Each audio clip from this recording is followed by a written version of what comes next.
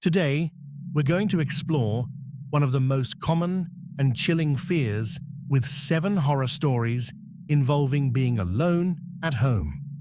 Get ready to hear frightening accounts of unexplained noises, mysterious presences, and disturbing events that happen when you think you are completely alone.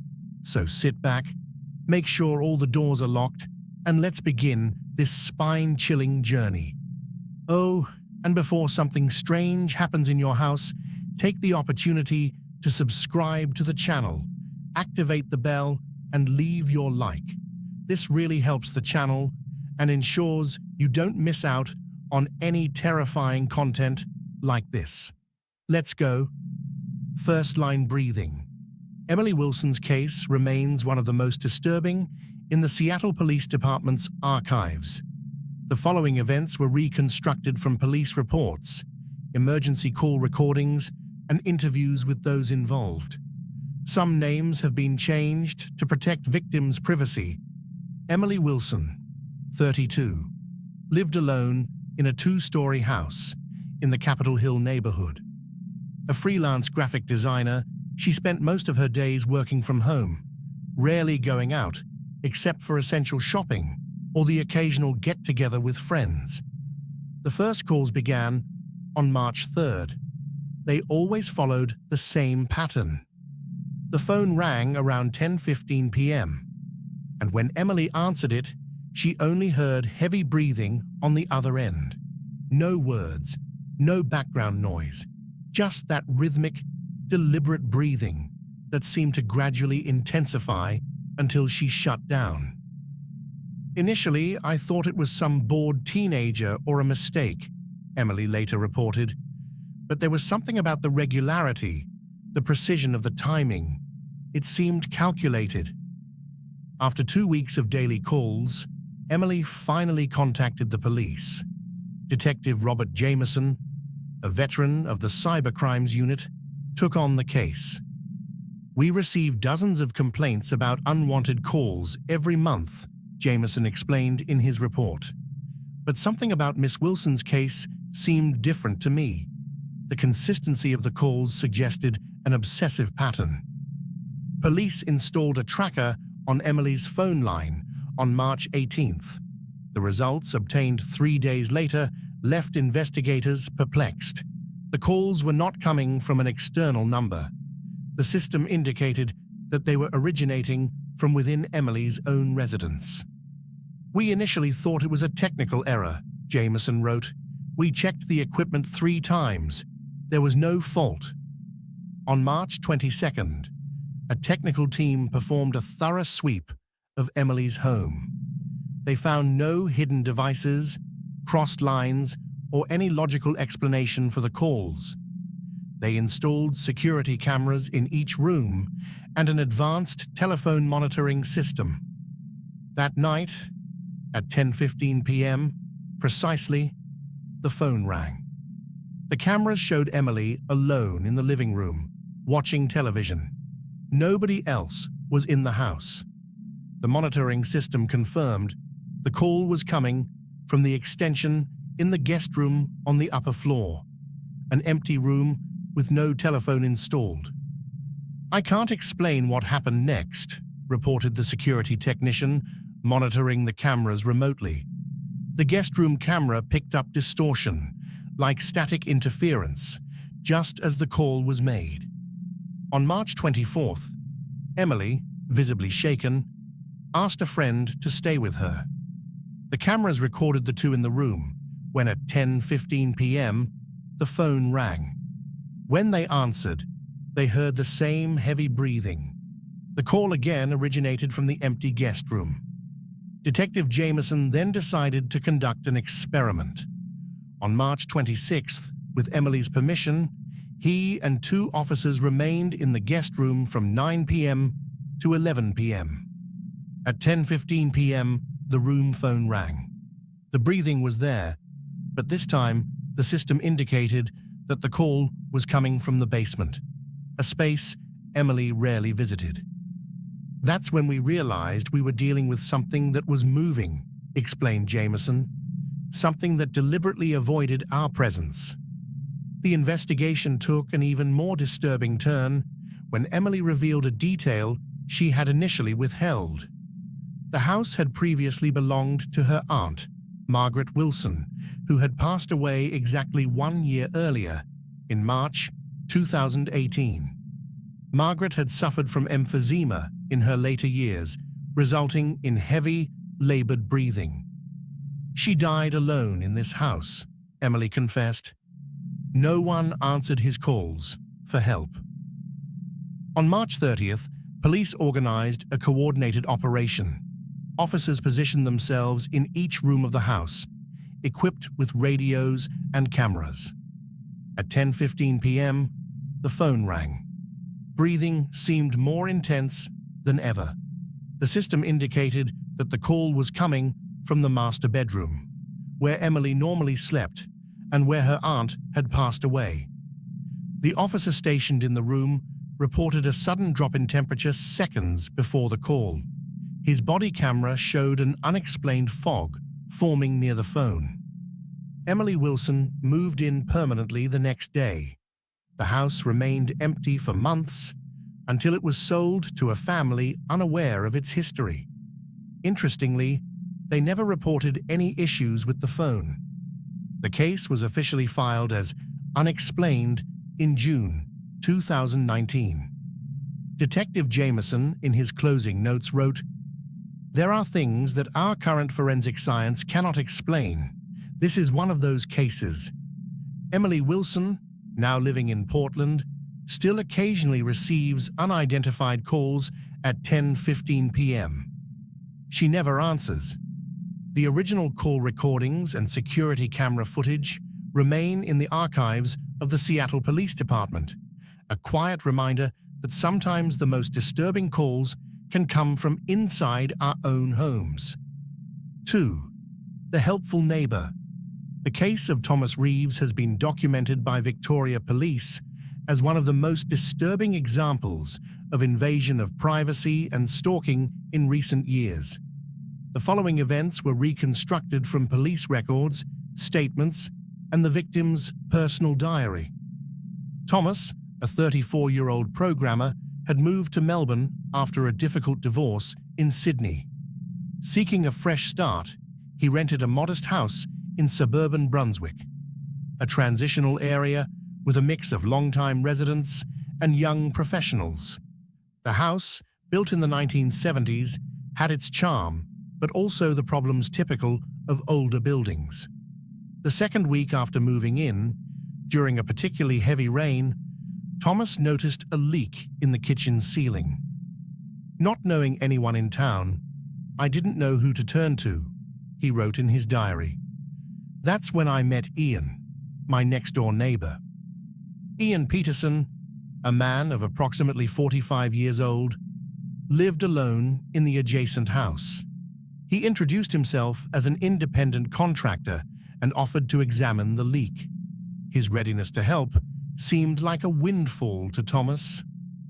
"He seemed to know the neighborhood well and was extremely helpful," Thomas recorded.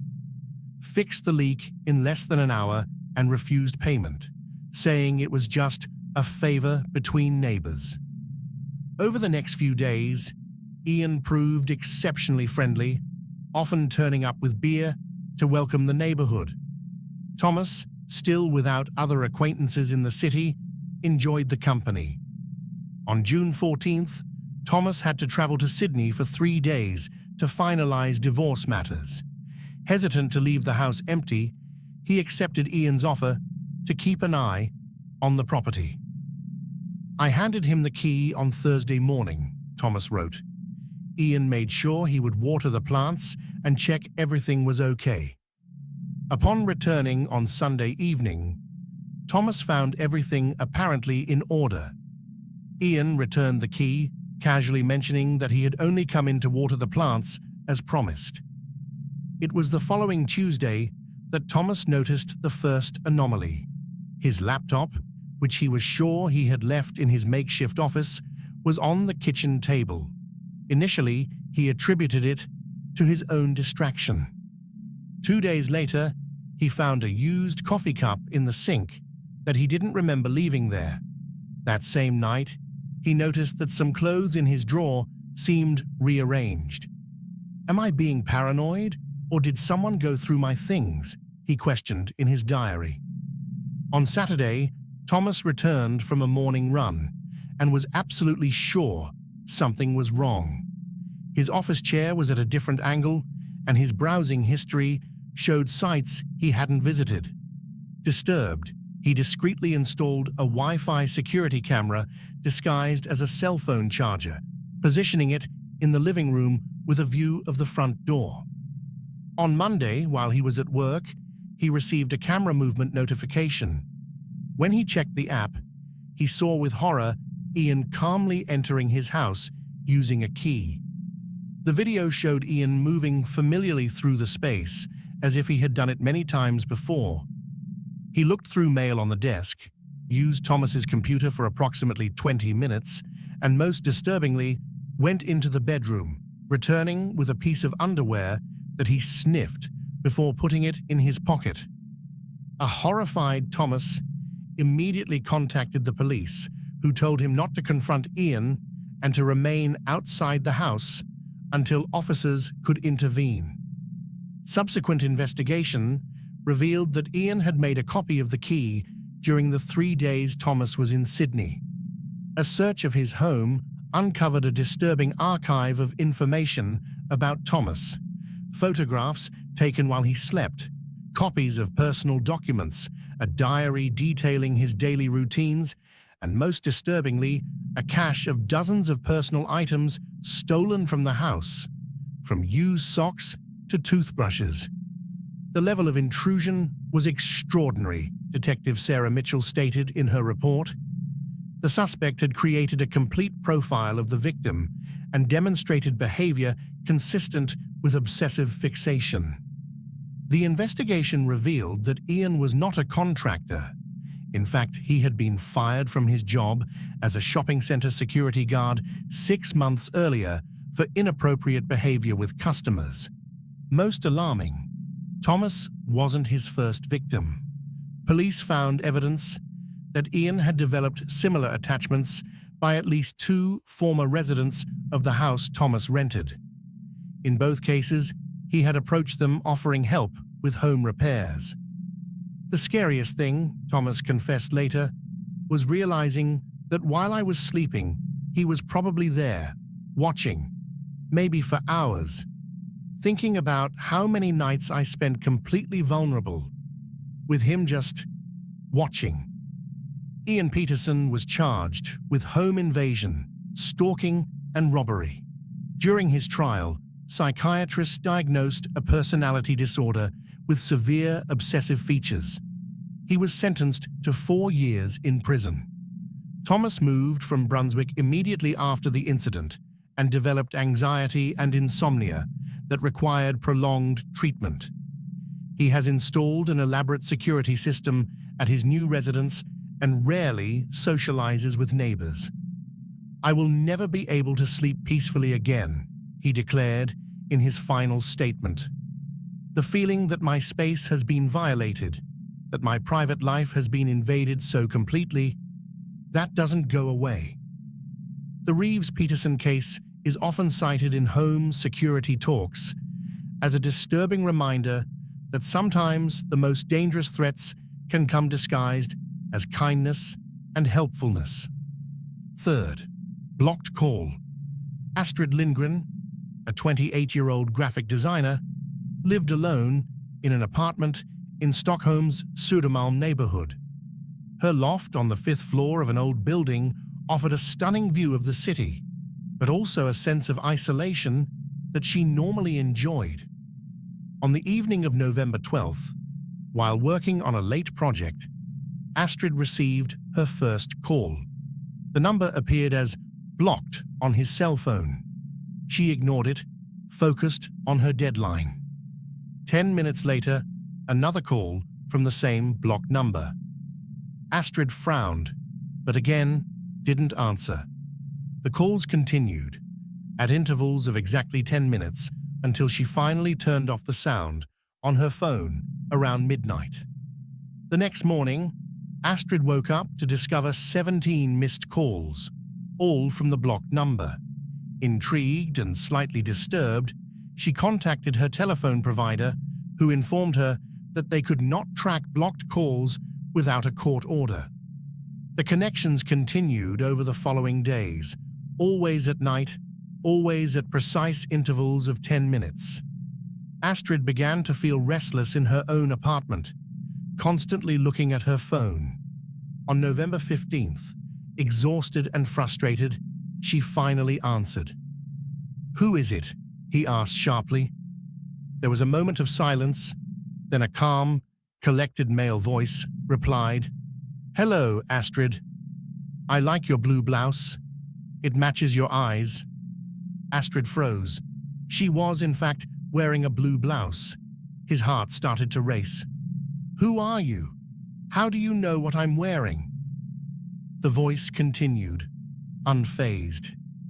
"You should close the curtains when you work late. You never know who might be watching." Astrid ran to the window, closing the curtains with shaking hands. His apartment was on the 5th floor. There was no way anyone could see inside, unless... "Impossible," she murmured. "Nothing is impossible, Astrid," the voice replied, even though she hadn't spoken on the phone. "Now you're scared. Your heart is beating faster. You're thinking about calling the police, but you're afraid to hang up." Astrid felt nauseous. The voice was describing his thoughts and actions in real time. Over the next few days, Astrid barely slept. She installed additional locks on her doors and windows and covered all reflective surfaces in the apartment. The calls continued, each time describing precisely what she was doing, what she was wearing, even what she was thinking. The police were unhelpful, suggesting it could be an elaborate prank by someone they knew. They promised to increase patrols in the area, but without concrete evidence of a threat, they couldn't do much more. On November 20th, exhausted and paranoid, Astrid decided to stay with a friend. While he was packing his bags, he received another call. "There's no point running away, Astrid," said the voice. "I will always know where you are, what you are doing, what you are thinking." That night, at her friend's apartment, Astrid received a text message from an unknown number, a photo of her sleeping, clearly taken from inside the guest room. Terrified, Astrid went to the police station the next morning. While giving his statement, his phone rang. Number blocked. With shaking hands, she answered the speakerphone. "Hello, Astrid," said the familiar voice. "It's a beautiful police station, isn't it? Detective Erickson seems worried. Maybe he should be. After all, it's not every day you meet someone who can actually see and hear everything." Detective Erickson turned pale. He hadn't introduced himself to Astrid. His name was nowhere to be seen. In the months that followed, Astrid's life turned into a nightmare of constant surveillance. She changed apartments, phone numbers, even cities, but the calls always found her. The police investigation went nowhere. There were no digital traces, no physical evidence. It was as if Astrid's stalker was a ghost, able to see and hear her anywhere, at any time. Eventually, Astrid did something drastic. She abandoned all technology. He moved to an isolated cabin in northern Sweden, with no electricity, no phones, no internet.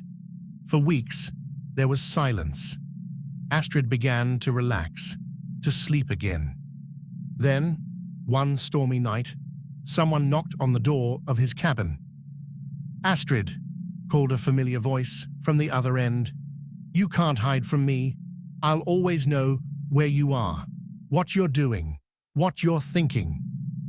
Astrid Lindgren's case remains one of the most intriguing and disturbing in recent Swedish police history. To this day, no one knows how his stalker obtained such accurate real-time information about his activities and thoughts. Some speculate about advanced surveillance technology, others about an elaborate network of spies.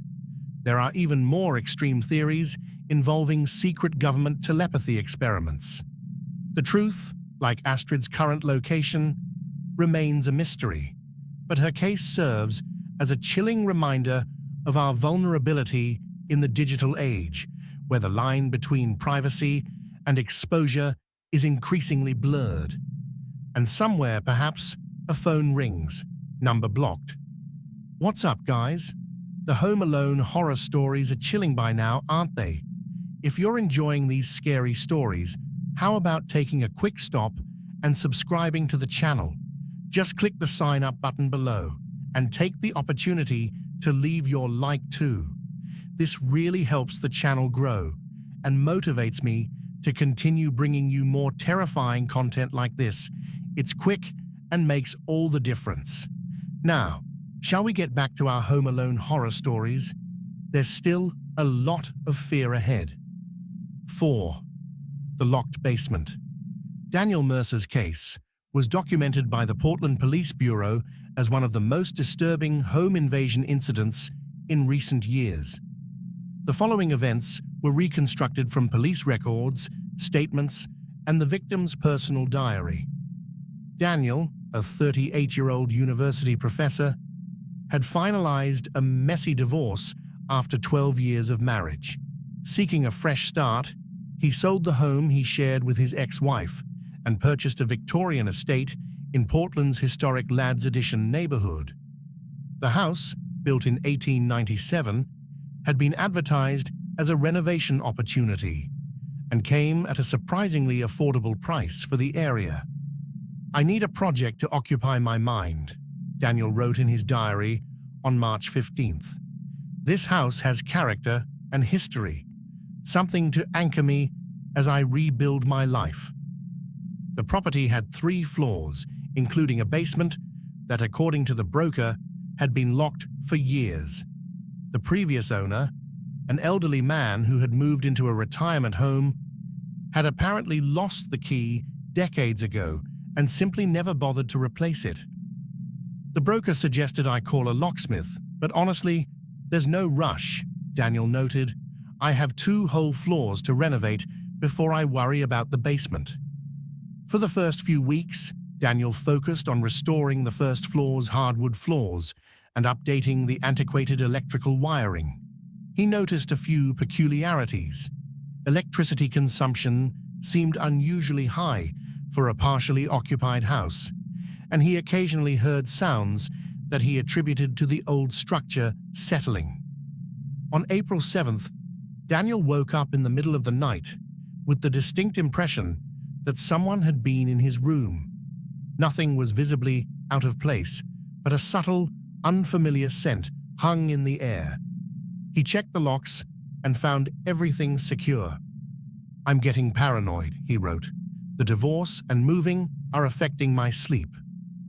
3 days later, Daniel noticed something more concrete: food disappearing from his refrigerator.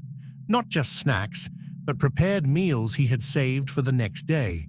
Initially, he questioned his own memory, but when an entire lasagna disappeared overnight, he could no longer deny it. "Someone is coming into my house," he concluded. "But how?" "All the doors and windows are locked." Daniel installed security cameras at entry points and in the main hallway. For 2 nights, nothing unusual was recorded. On the 3rd night, however, the hallway camera caught movement at 3:17 a.m.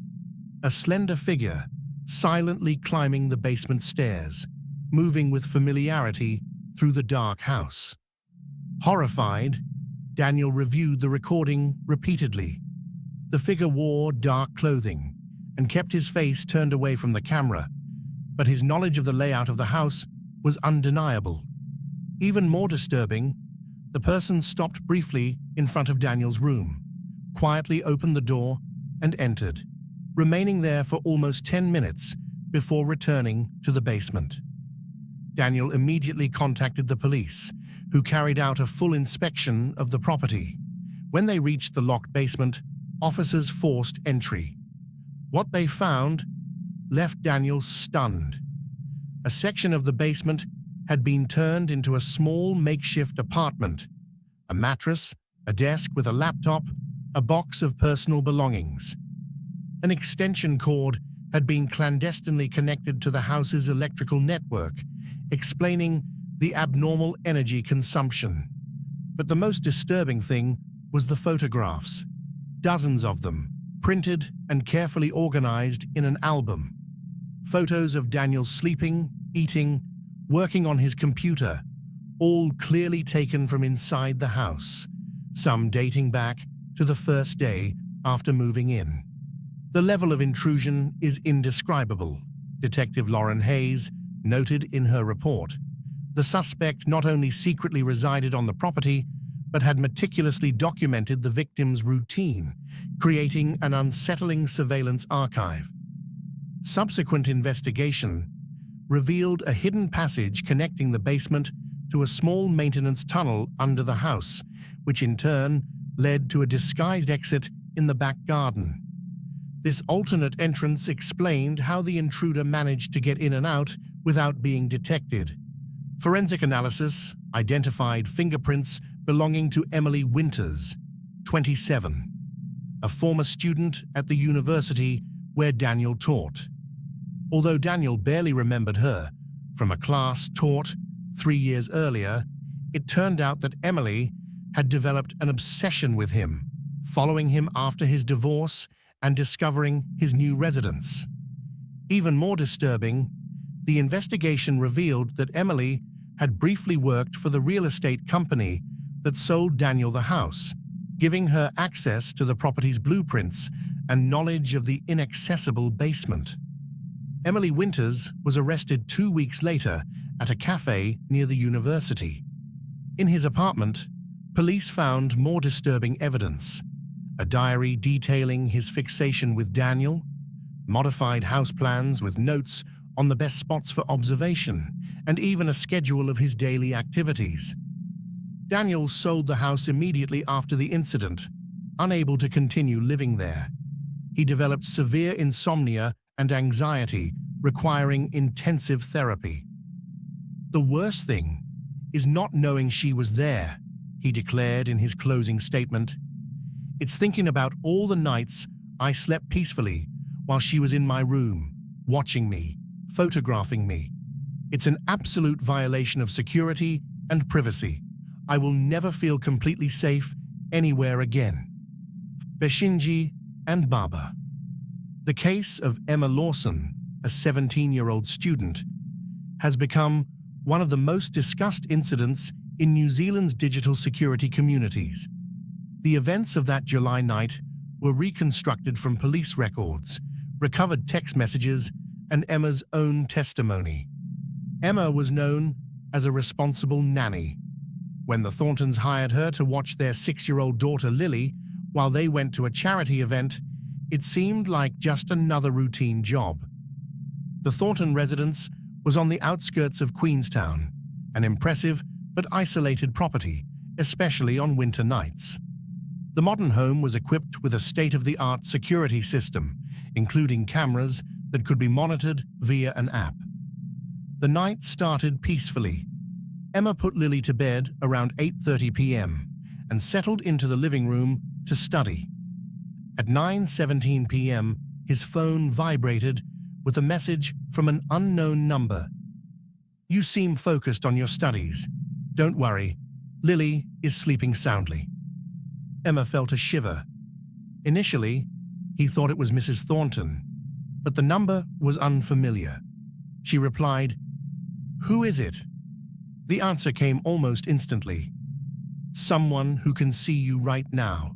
Your green blouse matches your eyes." Emma froze. She was, in fact, wearing a green blouse. His mind raced to the security system, the cameras. With shaking hands, she opened the app on her tablet. All cameras seemed to work normally. But then, Emma noticed something disturbing. The camera in the room showed the same angle as 10 minutes ago, with her sitting in a slightly different position. Another message arrived. The system is good, isn't it? But not as safe as the Thorntons think. I'm inside the house, Emma. Do you want to know where? Emma quietly went upstairs to check on Lily. The girl slept peacefully. Emma checked the room. Nothing. Your phone vibrated again. Lily has an adorable teddy bear. Ted, right? She hugs him in her sleep. Emma felt her blood run cold. Whoever was sending the messages knew details that only someone inside the house could know. Emma locked Lily's bedroom door from the outside and kept the key with her. Another message. Smart. Protecting the child first. But what about you, Emma? Do you know where I am now? Emma went downstairs, determined to get out of the house. When she reached the bottom of the stairs, she received a photo. It was herself, with her back turned, going down the stairs, taken seconds before. I'm closer than you think. She ran to the front door, only to find that it was locked. At that moment, he heard a sound coming from the office, a slight creaking of a chair. His phone vibrated one last time. Game over, Emma. In an act of desperation, Emma ran into the kitchen, grabbed a knife, and pulled the panic alarm. The deafening sound filled the house. A man ran out of the office, later identified as Kevin Marsh, 32, an IT technician who had installed the Thornton security system 6 months earlier. He was intercepted by the condominium security, alerted by the alarm. The investigation revealed that Marsh had installed a back door into the system, allowing him to access the cameras remotely and insert pre-recorded footage. He had entered the house using a master code he had secretly created. Even more disturbing, police discovered that Marsh had done the same thing in at least 7 other homes where he had installed similar systems. The case led to a complete review of digital security protocols across New Zealand, with new regulations for security technicians. For Emma, the experience left lasting psychological scars. However, her story has also inspired other young nannies to be more vigilant about digital security.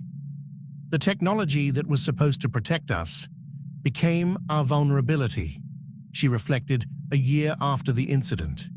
Never assume you're really alone just because a screen says you are. 6. Footprints in the snow. Rebecca Mitchell's case was documented by the Anchorage Police Department as one of the most disturbing botched home invasion incidents in recent years. The events of that January night were reconstructed from police records, 911 calls, and Rebecca's own testimony. Rebecca, a 34-year-old nurse, lived alone in a 2-story house on the outskirts of Anchorage. Their property was relatively isolated, with the closest neighbors about 200 yards away, a common configuration in Alaska's more remote residential areas. On the night of January 17th, a particularly severe snowstorm hit the region. Rebecca had just returned from a 12-hour shift at the hospital and planned to spend her next day off catching up on lost sleep. After preparing a simple dinner and checking that all the doors and windows were locked, a habit she had developed living alone, she settled down in the living room to watch a movie.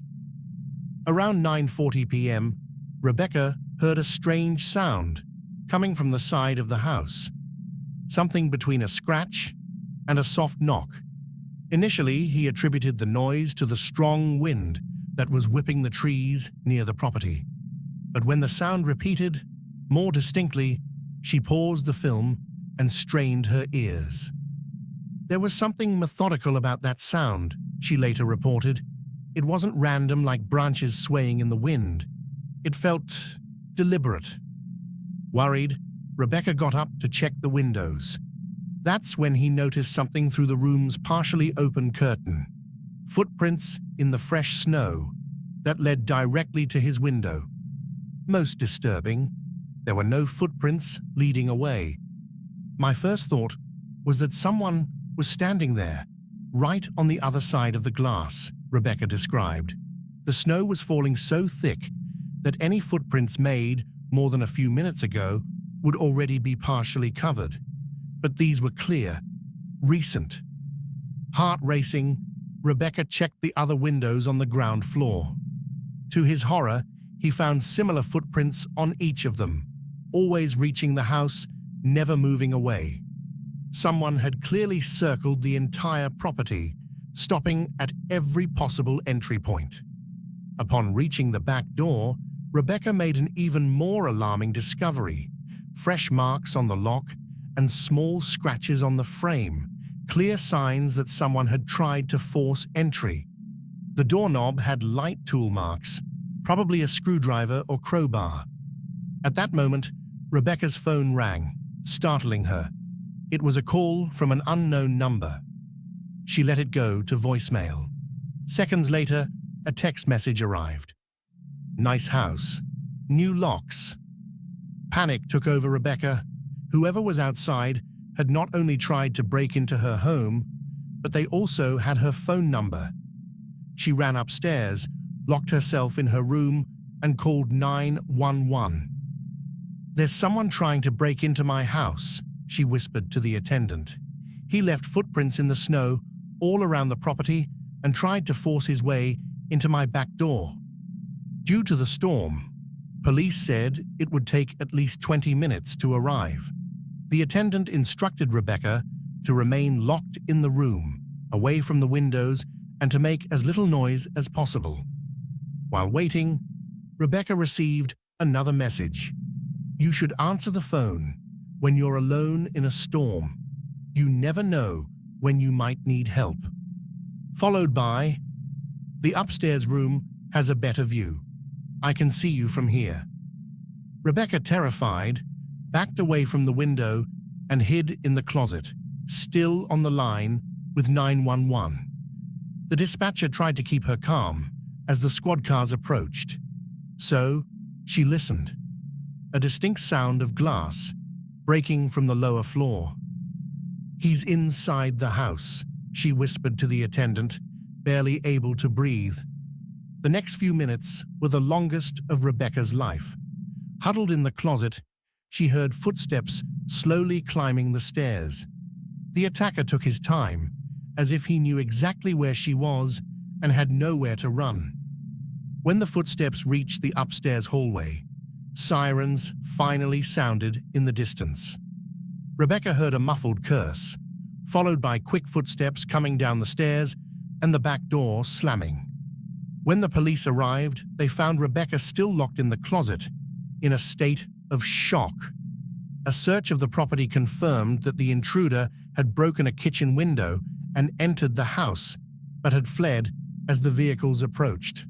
The snow, which continued to fall heavily, had already partially covered any escape tracks. The subsequent investigation revealed something even more disturbing.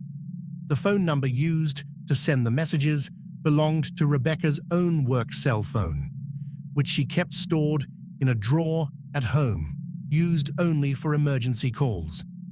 The attacker had somehow previously gained access to this phone, or managed to clone its number. Even more alarming, a security sweep discovered a small wireless camera hidden in the lamp in Rebecca's room. According to technicians, the device had been recently installed and transmitted images to an external receiver. "Someone was watching you," concluded the detective in charge, "probably for days, maybe weeks." Rebecca never slept in that house again. She moved to another state and started using a different name on social media. The attacker was never identified or captured. 7. The security app. Malcolm Fraser's case was documented by Police Scotland's Cybercrime Department as one of the most disturbing examples of technological hacking in recent years. The following events were reconstructed from digital records, statements, and interviews with security experts. Malcolm, a 36-year-old programmer, lived alone in a flat in Edinburgh's historic Stockbridge neighbourhood. After a break-in in the neighbouring building, he decided to reinforce the security of his home. In addition to installing new locks, Malcolm downloaded an app called Home Guard that promised to turn old smartphones into security cameras. "It's a cost-effective and efficient solution," he wrote in a social media post. "Simply place an old phone in a room and the app detects movement, sending alerts and videos directly to your current phone." Malcolm set up the system using 2 old smartphones, one in the living room and one in the hallway leading to the bedroom and bathroom. During the first few weeks, the system worked perfectly. He received notifications when the cleaning lady arrived and occasionally when a draft moved the curtains. On November 12th, Malcolm was working late in his office when he received an alert from HomeGuard. Motion detected. Living room, 10:47 p.m. Intrigued, knowing his apartment must be empty, he checked the video. The recording only showed his dark and empty room, with the curtains slightly swinging. Probably the wind, he concluded, adjusting the app's settings to reduce sensitivity. 3 days later, Malcolm received another alert while dining out with colleagues. Motion detected. Hallway, 8:13 p.m. The video showed its hallway empty, but with a strange shadow passing briefly across the wall. Malcolm attributed the phenomenon to a light effect from the headlights of cars passing on the street. On the night of November 17th, Malcolm was at home, working in his room. At around 11:30 p.m., his phone buzzed with a notification. Motion detected. Your room, 11:29 p.m. Malcolm froze. He had no cameras installed in his room. Thinking it might be an app error, he checked the notification. To his horror, there was a video attached showing his own room from a high angle in the corner, capturing Malcolm sitting on the bed with his laptop. "My heart almost stopped," he later reported. "I was looking at myself in real time from a camera I hadn't installed." As Malcolm watched the video transfixed, he saw something that made him drop the phone. A shadow moved in the corner of the room, behind him, out of his line of vision. Panicking, he turned around sharply. The room seemed empty, but the feeling of being watched was oppressive. Malcolm ran out of the apartment and called the police from the building's hallway. When officers arrived, they conducted a thorough search. They found no one in the apartment, but they discovered something disturbing. A small wireless camera, cleverly hidden in the ceiling molding, pointed directly at the bed. The device was sophisticated, with a long battery life and remote transmission capabilities. The technical investigation revealed something even more alarming. The HomeGuard app Malcolm had downloaded was not the official version, but a malicious copy. This modified version contained a backdoor that allowed the creator to remotely access any device where it was installed. The perpetrator essentially turned Malcolm's phone into a spying device, explained Detective Sarah McIntyre. Not just the cameras he intentionally set up, but also the front and back cameras on his personal phone, which could be activated remotely. Forensic analysis of Malcolm's devices revealed that he had been observed for at least 3 weeks. The attacker had accessed her passwords, emails, banking information, and even secretly activated her phone's microphone to listen in on conversations. Even more disturbing, the investigation uncovered photos of Malcolm sleeping, taken from inside his own bedroom, dating back to days before the security app was installed. Whoever it was already watching Malcolm before he even tried to protect himself, Detective McIntyre concluded. The fake security app was just a way to deepen access. Police never fully identified who was responsible although the investigation traced some of the activity to a server in Eastern Europe. Cybersecurity experts have suggested it could be the work of a criminal group specializing in identity theft and digital extortion. Malcolm moved immediately after the incident, abandoning many of his electronic devices.